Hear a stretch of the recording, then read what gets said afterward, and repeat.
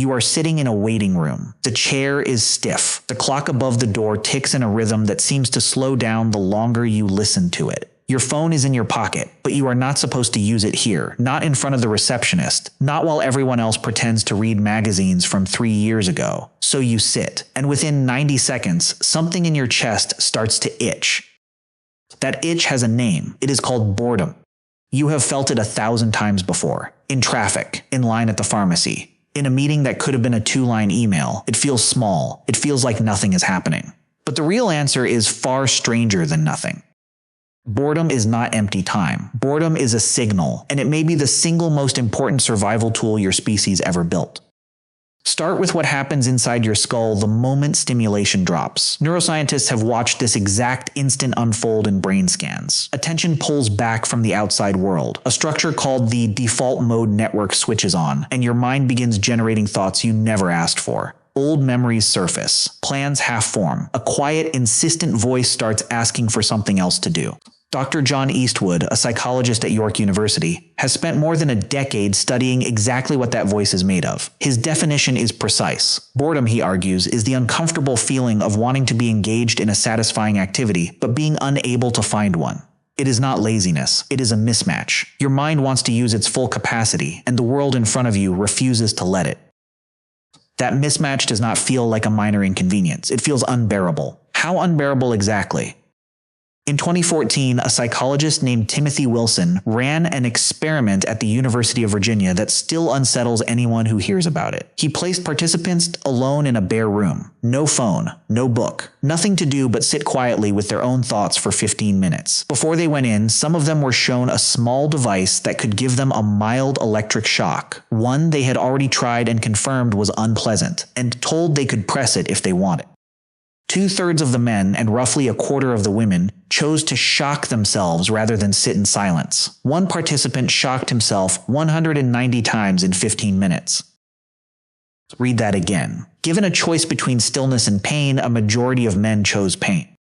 Why would a feeling be so intolerable that actual physical suffering becomes the preferable option? The answer does not live in a laboratory. It lives on the savannah, hundreds of thousands of years before waiting rooms existed at all. Most of human history, boredom was not a design flaw.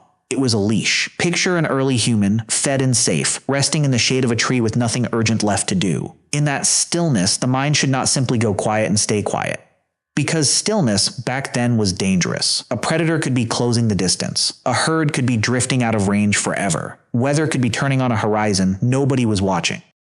Boredom in that world was the brain's way of insisting, stop resting, start scanning, start moving again. It is likely one of the forces that pushed hunter-gatherers past the next hill, past the next river, even when the current spot was perfectly survivable. Comfortable valleys should have been dead ends. Instead, something in your ancestors refused to sit still in them. That refusal is a large part of why humans exist today on every continent except Antarctica, instead of remaining a single content population in one fertile stretch of Africa.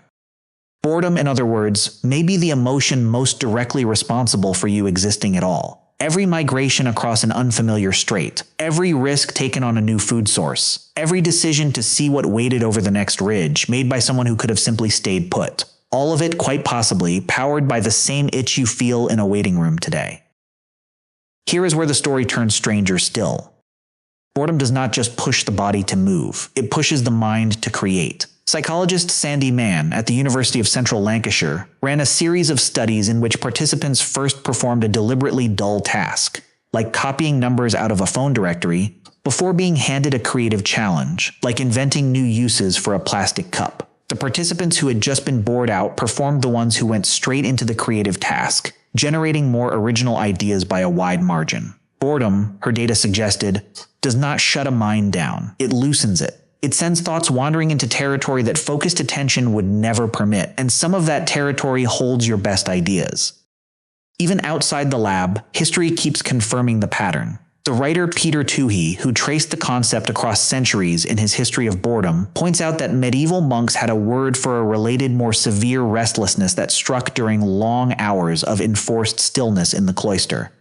It scared them enough to write sermons against it. Whatever you want to call that feeling, human beings have been fighting the same itch and being quietly reshaped by it for a very long time.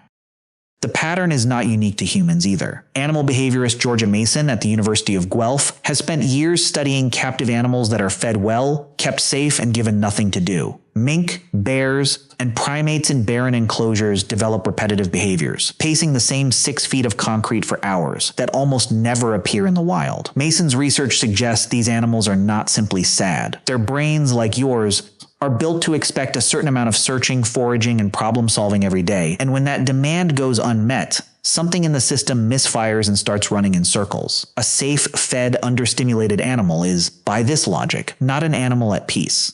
It is an animal whose oldest instincts have nowhere left to go. That is worth sitting with for a moment. Even total safety, even guaranteed food, is not enough for a mind built by evolution. It still demands friction. It still demands something to solve.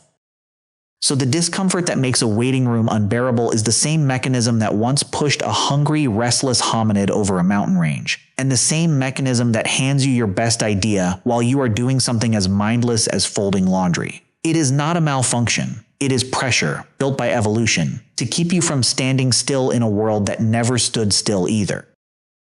But here is the twist the last 2 decades have introduced. The modern world has learned how to disable your leash.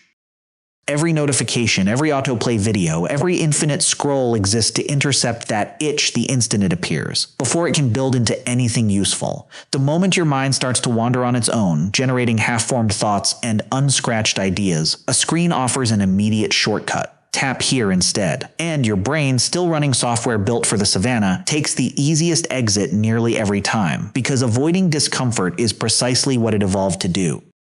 The cost of that shortcut is quiet, but it is real. If boredom is the mechanism that once pushed humans toward discovery, a world engineered to eliminate boredom before it can finish its job is a world quietly engineering discovery out of your day. Fewer wandering thoughts survive long enough to matter. Fewer half-formed ideas get left alone long enough to become full ones. Fewer moments exist where a restless mind is given nothing to do except reach for something genuinely new, instead of something merely new to look at.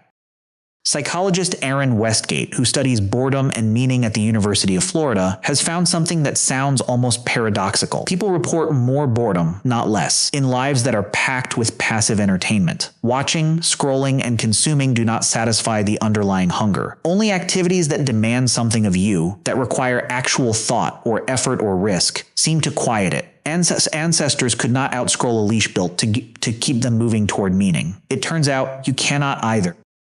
Consider, too, how quickly the modern shortcut gets taken. Researchers who study phone habits estimate the average person unlocks a smartphone somewhere between 80 and 100 times a day, often within seconds of a lull in conversation, a red light, or a pause in a task. Each of those unlocks is a tiny transaction, a flicker of restlessness traded instantly for a flicker of stimulation, before the restlessness has a chance to say anything worth hearing. Picture 2 versions of the same ordinary evening. In one, you finish dinner and the itch arrives right on schedule, so you reach for your phone and the itch disappears in under 4 seconds, swallowed by a feed that never runs out and never asks anything of you. In the other, you finish dinner and you let the itch sit. You do not reach for anything. 10 uncomfortable minutes pass, and then your mind starts doing exactly what Eastwood's research and Wilson's experiment both point toward. It wanders toward a problem you have been avoiding. It stitches 2 unrelated ideas together without being asked to. It notices something true about your own life that you had not let yourself notice yet. Only one of those 2 evenings uses the leash for what it was built for. None of this means boredom is supposed to feel good. It was never designed to feel good. Discomfort is the entire mechanism, not a side effect of it. A leash that did not pull would not be a leash at all. The unpleasantness is the point, because a comfortable emotion could never have moved an entire species across a planet. Only something that felt genuinely intolerable could override the pull of rest, safety, and shade, and get an ancestor back on their feet. So the next time that itch arrives in a waiting room, in a slow-moving line, in a quiet apartment with nothing scheduled, consider what it might actually be. Not a glitch in your attention span. Not a personal failure to stay entertained. A message, encoded over hundreds of thousands of years, still running quietly in you right now, still saying almost exactly what it said to the first restless human who stood up and walked toward the horizon instead of staying comfortable in the shade. Move, explore, make something. There is more out there than this room. You are sitting in a waiting room. The clock above the door still ticks. Your leg still bounces. But now you know what that feeling actually is. It is not dead time waiting to be filled. It is the oldest voice your species ever developed, still asking you the same question it has asked for 1,000 generations. What are you going to do about it?